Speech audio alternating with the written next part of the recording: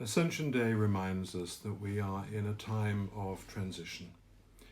We remain in the midst of Easter, and yet something has now changed. Christ is still risen, and yet he is no longer with the disciples in person. Scripture tells us that the risen and transformed Jesus was only with them for a certain period before it was time to let go.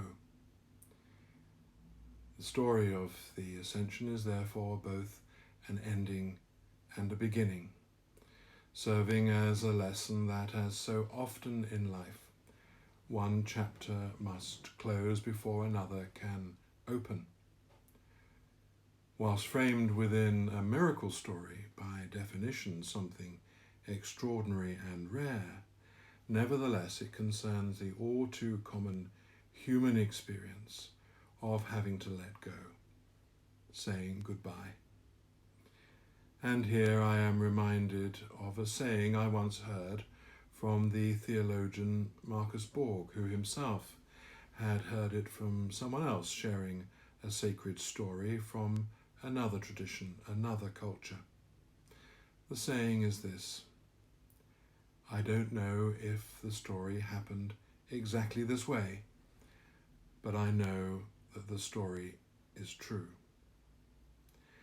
And so, whilst I don't know if the Ascension story happened exactly this way, in fact some of the details seem quite magical and improbable to me, I know that it concerns the truth. Jesus says goodbye to his friends and followers, those who have faced so much with him, have travelled so far with him, but now they must part. It is a gentler kind of parting, previously denied to them, as he was instead ripped from their presence and almost immediately executed. It's the kind of alternative parting for which they must have longed. He says to them, "Thus it is written." This is the way it has to be. I must go, and you must stay. That is the way things are.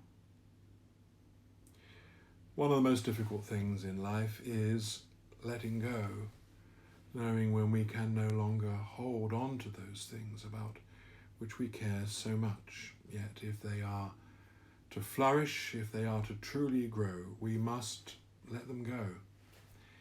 It is certainly something every parent must face. You raise your children as best you can. You sacrifice for them. You would give them everything, even die for them if you had to.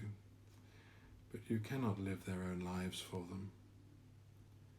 There are some things that they will have to face alone, some journeys that no one but them can undertake. Jesus has done what he could. He has taught his disciples all that they are able to understand. He has tried to equip them for the trials and difficulties ahead. But he can't hold their hands for them forever. They will never learn. They will never grow. They will never become the people they are meant to be unless he lets them walk on their own. Sometimes, perhaps often, they will stumble and fall, but at least it's their steps they are taking, their decisions they are making. For if the church was to have any future, it had to learn to stand on its own 2 feet. Inspired and guided by Jesus, of course, but it could only truly live if he let go and allowed his followers to grow on their own. So we are told that the disciples were on a high after the Ascension, fired with enthusiasm at the sight of Jesus' final journey. Well, certainly in retrospect, the Church has seen it as a time for great celebration. During the 4th century, a church was even built on the site commonly held to be the place of Ascension. and throughout the history of the church she has used triumphal hymns and psalms to mark the joy of the occasion. But I wonder whether the first disciples were truly as overjoyed as the Acts of the Apostles reports them to be. Perhaps in hindsight the church was able to reinterpret the events as joyful, knowing what it had come to know, believing what it had come to believe. But are we to suppose that there was no grief, no confusion, no soul-searching, no questions? On past performance, the disciples had not always been the most impressive of followers. Initially all dedication and zeal, the heart of their fervour seemed to cool off rather quickly in the face of adversity, or even Jesus leaving them for a few hours. So it's not unreasonable to suppose that they might have drifted off into small groups, asking themselves, so what do we do now? The truth is that the disciples would have achieved very little, but for the event that stands between us now and the Ascension.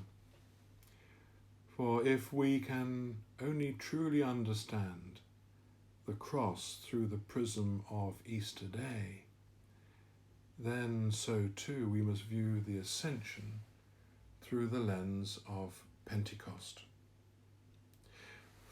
For if the Ascension in part looks back, if in part it is a close, a completion and a finale, it is also a new beginning, an anticipation, a looking forward. Jesus' departure is not so much the conclusion, therefore, of a set of resurrection experiences, as it is the first action in the creation of a worldwide mission and witness by the Church in the power of the promised Spirit. Not a conclusion so much as a realization, not a finale, but an overture. Ascension is a time when we can reflect upon the theme of death and life, decay and rebirth, despair and new hope, ending and beginning the old and the new, that constantly runs throughout the history of the Church, its present and into its future. The Christian faith is not as it once was, it is changing now. And that process of letting go, only to take up anew, will continue as long as Christians gather and think and pray, and honestly and humbly bring their consciences to bear on the joys and despairs of each passing age. Ascension reminds us that our world, our church, our faith, and indeed our lives are in a constant state of flux. And this is the way it must be, if there is to be learning and growth and a future beyond the limits of our vision and our fears. We must embrace change, not fearing the loss, but trusting the Spirit to bring renewal and new life and new possibilities. But only if we too are ready and brave enough to let go and to trust and to hope.